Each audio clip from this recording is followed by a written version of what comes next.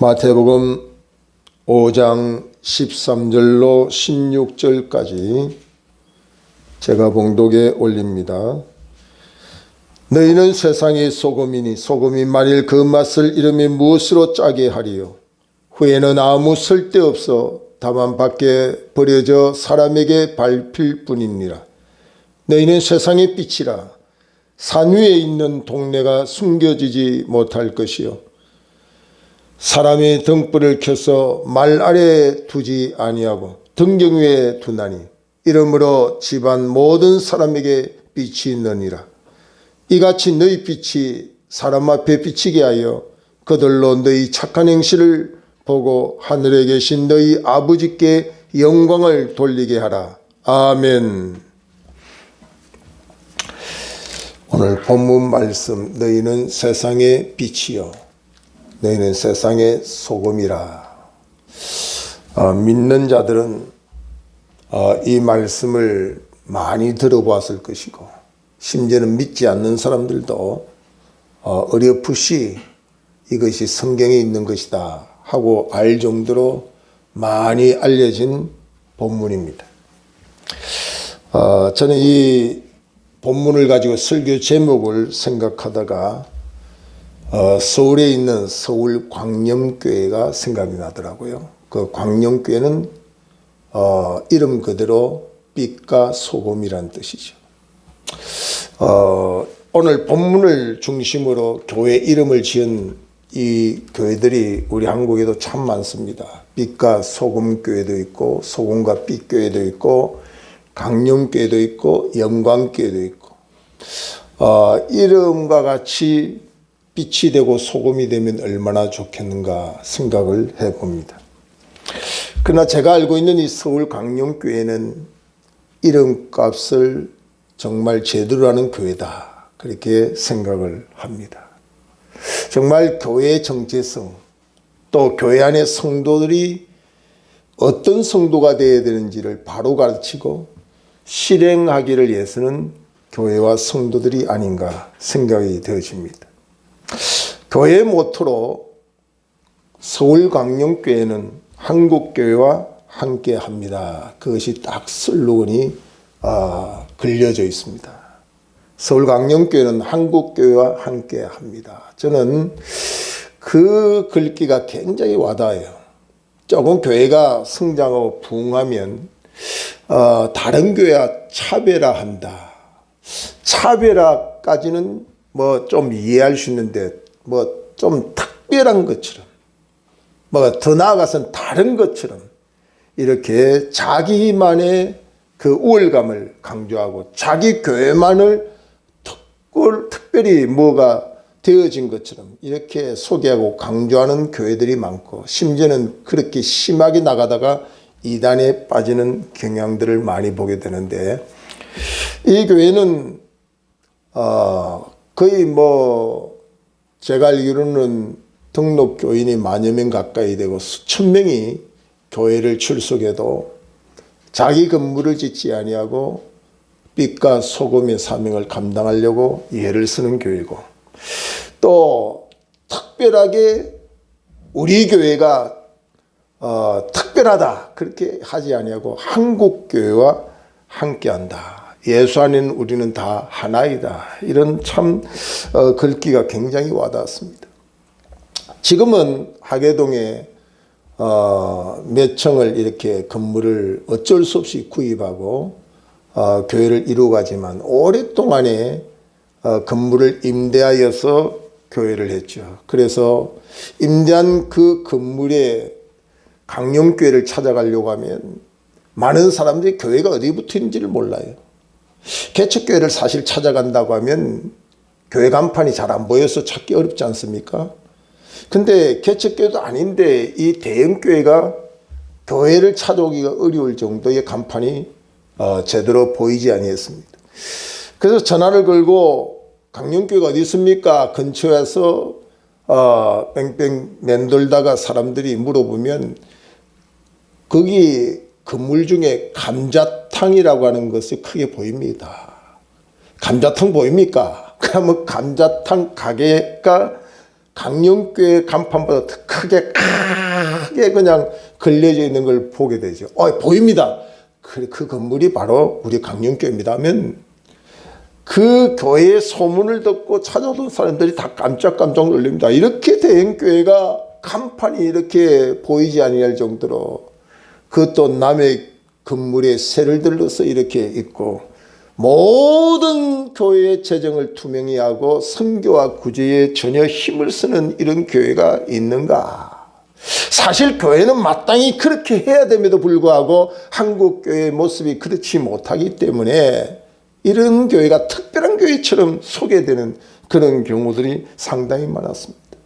어렵고 힘든 이웃과 또 재난이 당한 곳은 심지어는 정부가 손에 미치지도 못할 때도 더 발빨리 가서 구제하고 선교하고 재난의 현장에서 그들의 일들은 일사불란하게 얼마나 큰 일을 감당하는지 모릅니다. 그래서 정말 그 이름대로 빛과 소금 교회구나. 강념교회다. 그래서 제가 오늘 설교 제목도 강념이라고 했어요. 여러분 설교 제목에 강념이라 참 제가 해도 이게 처음 하는 겁니다. 설교 제목을 강념, 빛과 소금. 그보다도 이 강념교회를 좀 칭찬받는 교회, 이 모델 교회는 좀 소개하는 게 좋겠다. 그런 생각을 가지고 제가 말씀을 준비했습니다. 오늘 본문은 예수님의 산상보훈 중에 한 부분입니다. 여기서 강하게 우리에게 강조하는 것은 너희는 세상의 소금이요 빛이다. 여러분 불교의 중이 되겠다 하는 사람들은 세상을 떠나는 거죠. 속세를 떠나서 산중 깊은 곳에 사람과 접하지 아니하고 홀로 돌을 닦고 부처가 되겠다. 자기가 그 수도를 하겠다고 하는 수행자의 길을 가는 거죠. 그러나 우리 기독교는 세상을 벗어나서 무언가 돌을 닦으라고 하는 성경은 없습니다. 세상에서 소금 되라. 세상에서 빛이 되라. 그렇기 때문에 자기 혼자 돌을 닦고 수행하는 것은 성경적이지 않다는 사실을 가르치고 있다는 사실입니다. 그러므로 그리스도인의 존재가 빛나는 곳이 어디가 되어야 되냐면요, 자기 홀론 독방에서나 자기 집 안에서만 그리스도의 빛이 되고 소금이 되면 안 된다는 이야기입니다. 나 한 사람이 세상 속으로 가서 빛과 소금이 된다는 것은 그만한 영향력을 발휘하고 내가 있는 곳을 새롭게 만들 수 있는 힘이 생긴다는 사실입니다. 우리가 있는 곳이 보정동이고 또 용인이라고 한다면 나 한 사람이 있는 곳에서 빛이 되고 소금이 되면 용인의 빛이 되고 용인의 소금만 돼도 용인이 나를 인해서 밝아질 수 있고 또 썩어지는 것을 방지할 수가 있게 된다는 사실입니다.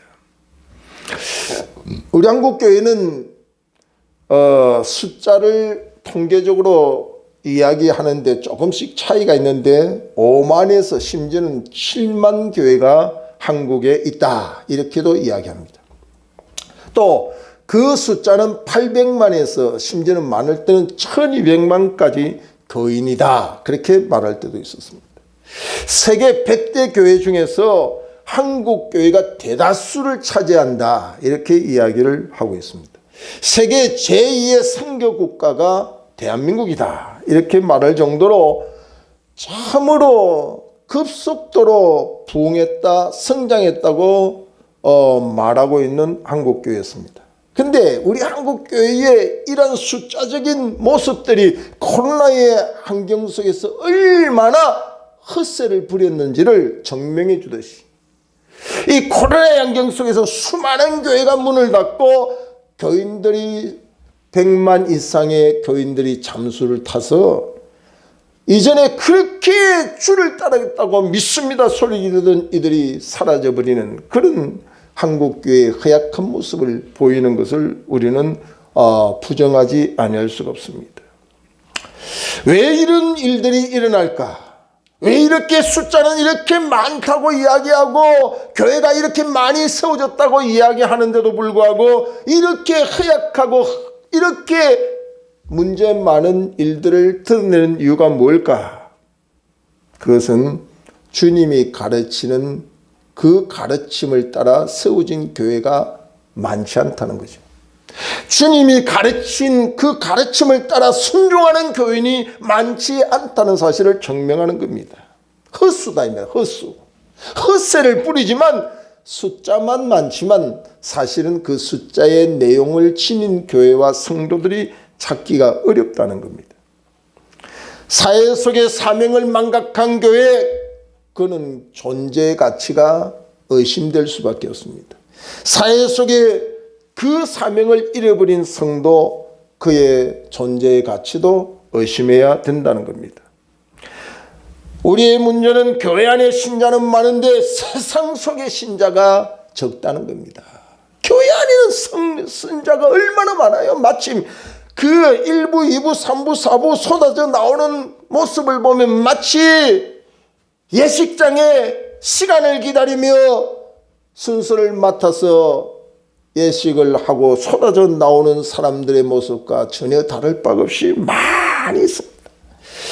그러나 교회 안에 신자는 많은데 쏟아져 나오는 사람들이 세상 속에서 신자의 노릇을 제대로 하지 못한다는 안타까움이 오늘 코로나의 환경 속에서 우리는 더 열실히 증명되고 있다는 사실입니다. 그래서 오늘 성경에 보면은 오늘 이 시대에 교회를 향하여 13절 하반절에는 맛을 잃은 소금 같아. 맛을 잃은 소금. 소금이 맛을 잃었다고 하는 것은 그 사명과 그 기능이 상실되었다는 의미죠. 그 다음에 14절 하반절에 보면 빛을 잃은 빛이라고 하는 사실을 소개하고 있습니다. 비추지 못하는 빛의 존재 가치가 없는 거죠. 계시록 3장 1절에 보면 이런 교회, 이런 성도들을 향하여 사대교회라고 소개합니다. 사대교회는 주님의 책망을 받는 대표적인 교회인데 그들은 이렇게 주님이 평가합니다. 너희는 살았다는 이름은 있지만 실상은 죽은 교회다 그랬습니다. 너희들의 존재의 모습은 이름은 있지만 실상은 너희들은 죽었다. 실체가 없는 헛상뿐임을 소개하고 있습니다. 사회적 책임을 모르는 그리스도인은 결코 이름뿐이지 존재의 가치, 사명을 다하지 못한다는 사실을 소개하고 있습니다.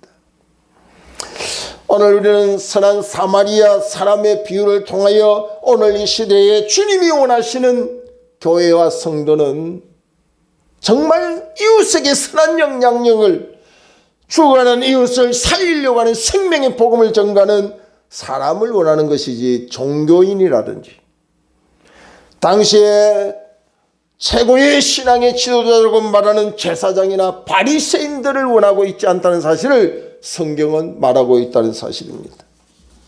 오늘 많은 사람들이 이 시대에 요하는 성도, 교회의 모습을 제대로 이해하지 못한 채 교회를 출입하고 교회가 세워지는 모습을 많이 보여주고 있다는 사실입니다. 주님이 잎사귀와 무성한 무화과 나무를 저주하듯이 우리의 모습은 그럴듯한 모습을 가지고 있지만 실상을 찾아가 보면 쭉정이와 잎사귀뿐인 그런 모습을 많이 보여주고 있다는 거죠. 성공주의, 성장제일주의가 한국교회가 그동안 만연해 있었습니다.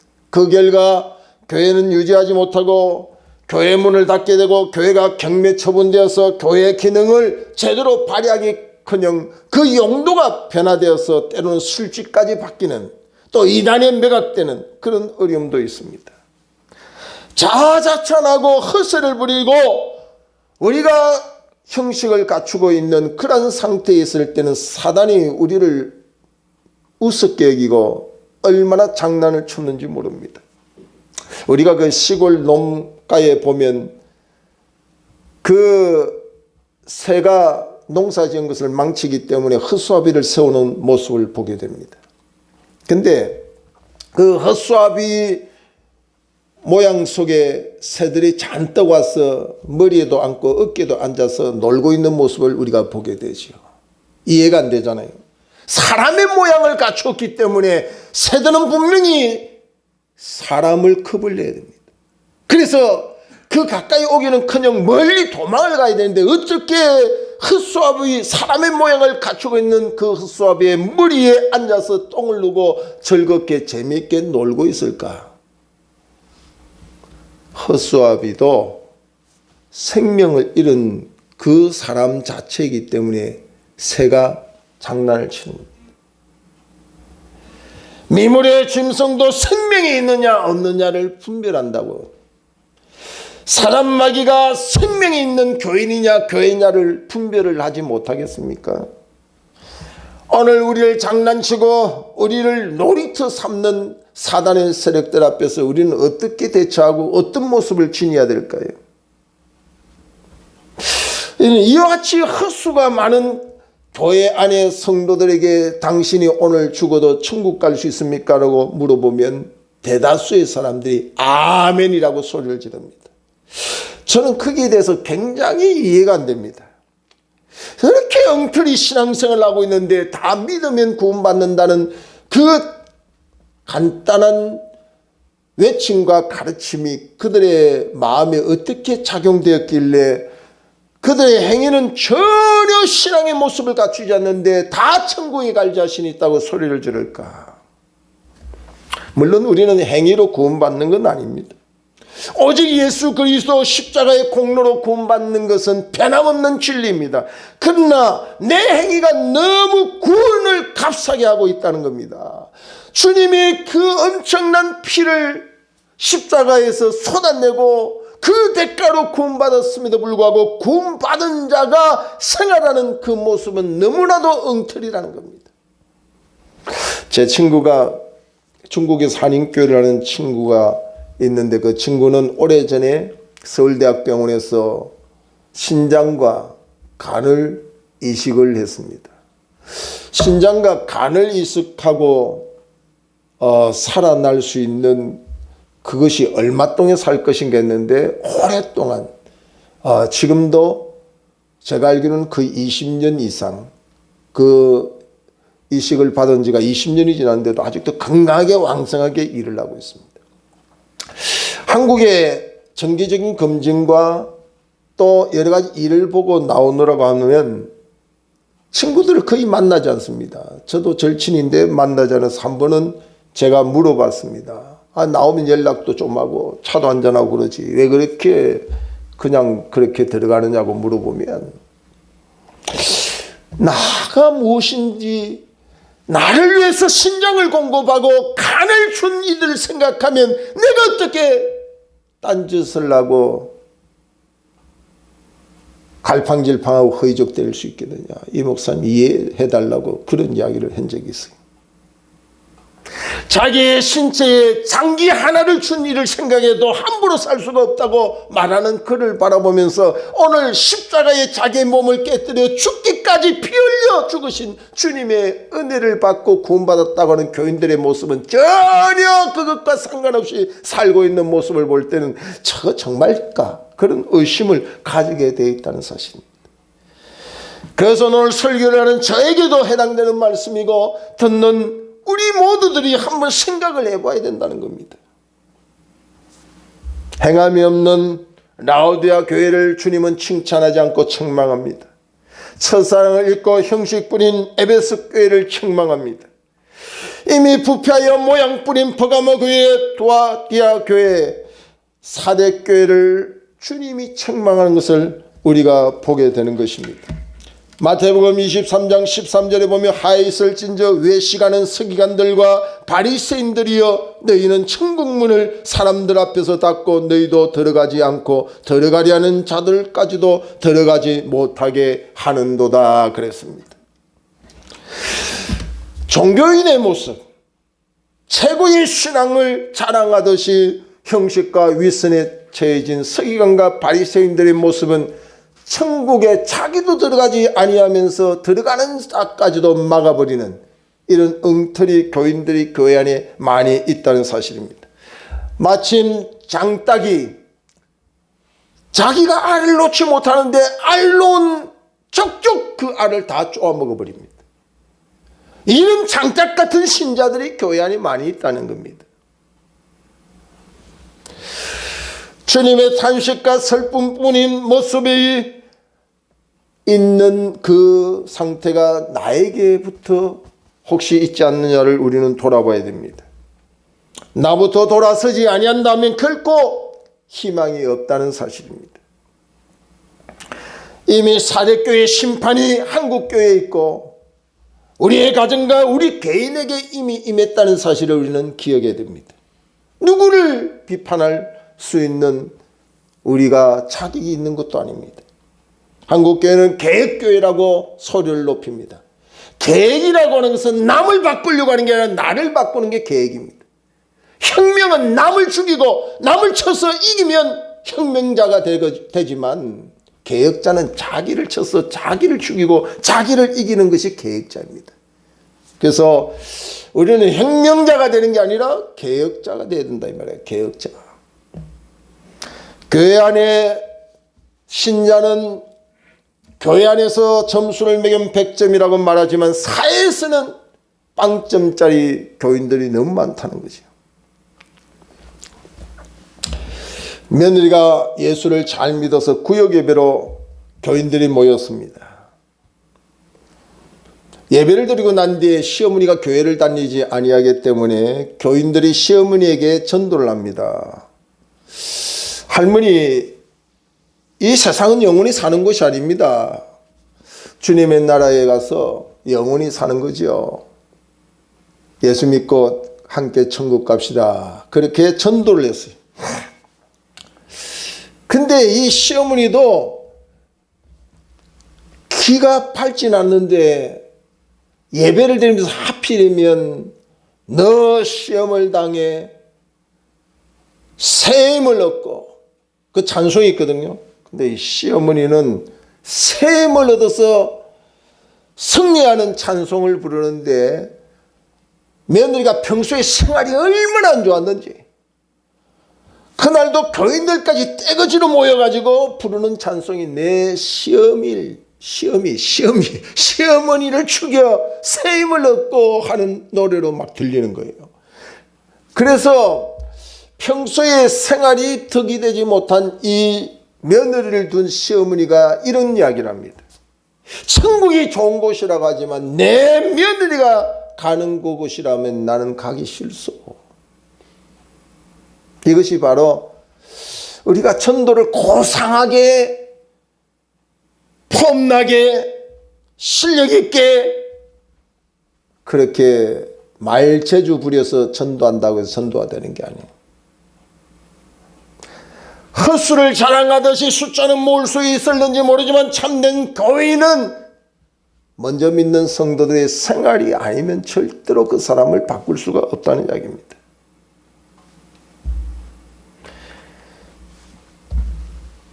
오늘 성경에 보면 룻기의 시어머니 나오미가 나오는데 일찍이 아들을 잃어버린 이 시어머니 나오미는 가부가 되어 있는 그 며느리 룻을 향하여서 이제 너도 내 곁을 떠나 네가 자유롭게 가서 좋은 남자를 만나서 새롭게 인생을 시작하라고 이야기합니다. 룻은 이방인입니다. 그러나 나오미의 며느리로서 그는 이런 고백을 합니다. 시어머니 그런 말씀을 하지 마시옵소서. 어머니 계신 곳에 내가 있고 어머니가 죽으시는 그곳에 내가 죽을 것이며 어머니의 나라가 나의 나라이며 어머니가 믿는 그 하나님이 나의 하나님입니다. 고부의 갈등이 심각하게 대두되는 오늘 시대에 룻과 나오미 같은 이가 있다고 한다면 얼마나 아름답겠습니까? 이 나오미의 모습은 바로 룻에게 영향을 끼친 것입니다. 가만히 앉아있는데 또 악영향을 끼치는 나오미를 바라보고 룻이 이런 고백을 했을까요? 그렇지 않습니다. 우리 자신을 한번 점검해 보아야 됩니다. 너희는 세상의 빛이요 너희는 세상의 소금이라는 말은 세상 가운데 영향력 있는 사람이 되어라. 그 명령을 하고 있는 겁니다. 세상 가운데 영향력 있는 리더가 되어라. 사실 한국에 복음이 들어왔을 때 정명을 하는 걸 보면요, 기독교인이 세워지는 곳마다 문명을 퇴치시켰습니다. 학교가 막 세워졌습니다. 병면자를 치료하는 병원이 생겼습니다. 불쌍한 고아를 돌아보는 고아원이 생겼습니다. 이것이 교회의 영향력이고 복음을 바로 받아들인 신앙인의 실천운동이. 그래서 이렇게 복음의 불모지요 사마니즘에 사로잡혀 있는 이 한국 땅의 빛의 역할과 소금의 역할이 교회가 했던 시절이 분명히 있다는 사실입니다. 그래서 김구 선생 같은 사람은 교회 하나가 경찰서 100개 있는 것보다 낫다, 그렇게 말했습니다. 요즘 이런 말하면 다 웃습니다. 무슨 소리를 하고 있느냐. 그 많은 영향력을 우리 한국 초대교회 교인들은 숫자는 지금과 비교할 수 없지만 그 영향력이 사회 속의 빛으로 소금으로 나타났다는 이야기입니다. 그래서 교인이 되면 이전에 좋던 거 다 던져버려. 그렇게 할 일 없이 빈둥빈둥 놀고 노름하고 술 마시고 담배 피며 세상에 바람을 피우던 이들이 다 멈추며 교회 안에서 새롭게 변화된 일들이 한국교회 초대의 우리의 신앙의 선배들은 그렇게 증명을 했습니다. 요즘은 교회 다닌다고 해서 에이 그런 거 뭐 한다고 해서 교인 그런 거 하나님 봐주겠죠. 언제 하나님이 봐준다고 그랬어요? 하나님이 봐준다고 한 적이 없어요. 자기들이 그렇게 변질돼 가지고 지금 그렇게 합리화시키는 거예요. 영향력 있는 리더가 되지 못하는 것은 이미 삐치고 소금의 역할을 감당하지 못하는 것이. 저는 지금도 우리 저 이모님이 보살이거든요. 이모부가 스님입니다. 도봉산에 큰 절을 짓다가 절도 부도를 맞는지 하여튼 어렵게 돼가지고 그렇게 된 적이 있어요. 근데 그 네 분이 우리 집에 종종 왔습니다. 언제 오냐면 우리 장인 어른이 오실 때 인사차 오는 거죠. 그때 이모님이 보살을 하고 그렇게 하고 있는데 저에게 이런 말이었어요. 우리 형부 같은 사람이 있으면 다 예수 믿을 거야. 그 이모님 왜 안 믿습니까? 배운 게 이 짓이라. 먹고 살 일이 막막해서 어쩔 수 없이 하네. 이해해 주게. 그러나 내 마음에는 하나님 계시오. 대신이 하나님이야. 그래서 나는 내 죄를 회개하는 마음으로 우리 점집 앞에 교회당이 있는데 형부 생각해서 교회당 앞까지 매일 빗자루로 쓸고 있대요. 나 그래서 이해를 못하지. 예? 스님 부부가 보살로 점을 치고 귀신을 숨기는데 한 사람 예수 믿는 사람의 영향력이 이웃에 있는 교회의 마당을 앞까지 쓸어줄 수밖에 없는 마음을 왜 가지게 할까요? 내 것 챙기고 내 욕심 챙기고 그런 사람들 때문에 바뀌는 게 아니에요. 그 많은 수고와 대가를 지불했기 때문에 양보하고 희생을 치렀기 때문에 형부하는 거죠. 사람이 그냥 가만히 형부 안 합니다. 뭔가 쏟아내고 피를 쏟고 땀을 흘려고 그 사람을 바꿀 수 있는 힘이 작용했기 때문에 그렇게 하는 거라 이 말이죠. 영향력 있는 리더가 되지 못하면 나를 돌아봐야 됩니다. 왜 나를 통하여 사람이 안 바뀔까? 왜 나를 통하여 내 자식이 안 바뀌고 내 이웃이 안 바뀔까? 왜 나를 통하여서 내 가족조차 이렇게 안 바뀔까? 그것은 내가 소금인지 빛인지에 대한 사명, 그 내 삶의 성도의 정체성을 제대로 이행하지 않기 때문에. 15절 말씀을 보면은 이렇게 말씀을 하고 있습니다. 15절에 보니까 사람이 등불을 켜서 말 아래에 두지 아니하고 등경 위에 두나니 이러므로 집안 모든 사람에게 빛이 있느니라. 빛은 비추어지지 않으면 아무 의미가 없습니다. 오늘 이 출애굽기 25장 31절에 보면 이 등경이라고 하는 것은 금으로 만든 촛대를 의미합니다.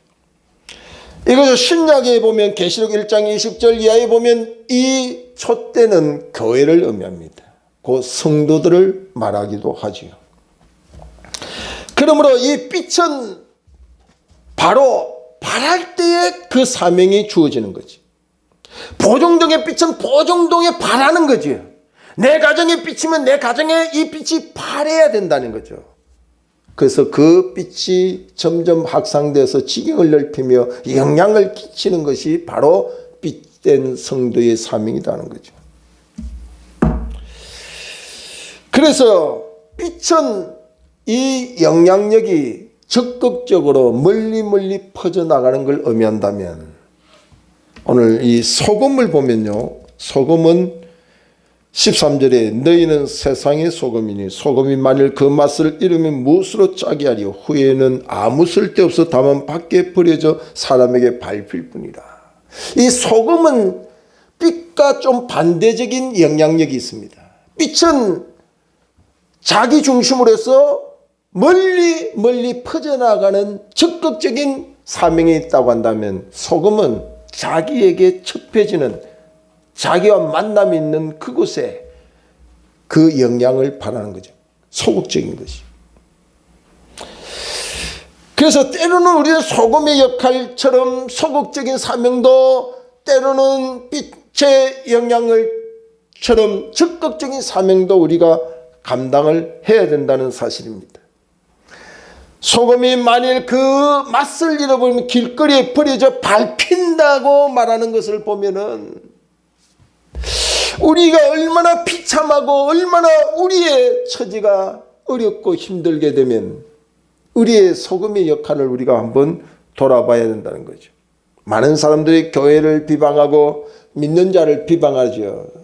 우리는 이 비방하는데 이제 변명하고 합리화시키는 자리에 있어서는 안 된다는 거죠. 그 많은 이유가 있다는 거죠. 자기들보다 우리가 더 잘못됐기 때문에 우리를 비방하는 거 아닙니다. 예수 안 믿는 사람들도 예수 믿는 사람이 우리와 비할 바가 없다. 우리와는 특별하다. 우리와는 좀 더 다를 것이라고 하는 것을 인정하기 때문에 비방하는 거지. 뭐 자기나 우리나 뭐 예수 믿는 사람이나 안 믿는 우리나 똑같다 생각하면 왜 비방하겠어요?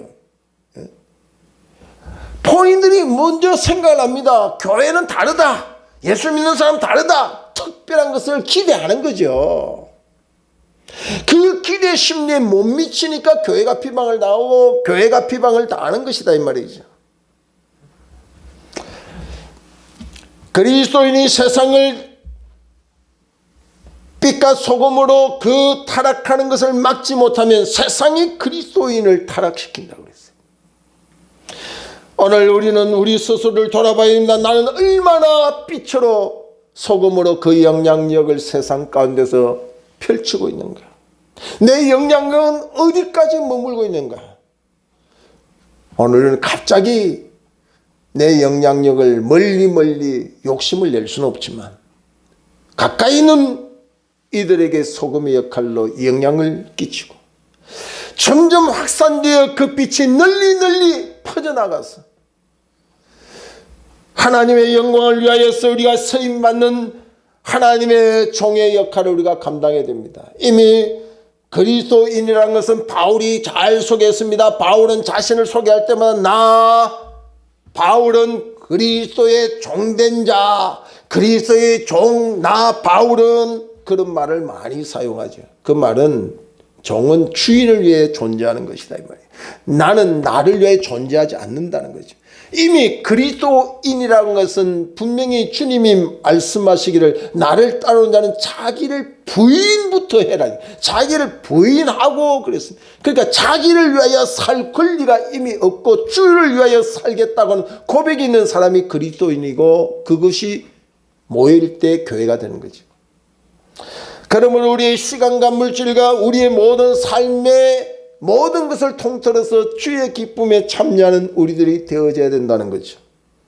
그래서 성경은 이것을 종합적으로 결론 짓기를 16절에 이같이 너희 빛이 사람 앞에 비치게 하여 그들로 너희 착한 행실을 보고 하늘에 계신 너희 아버지께 영광을 돌리게 하라.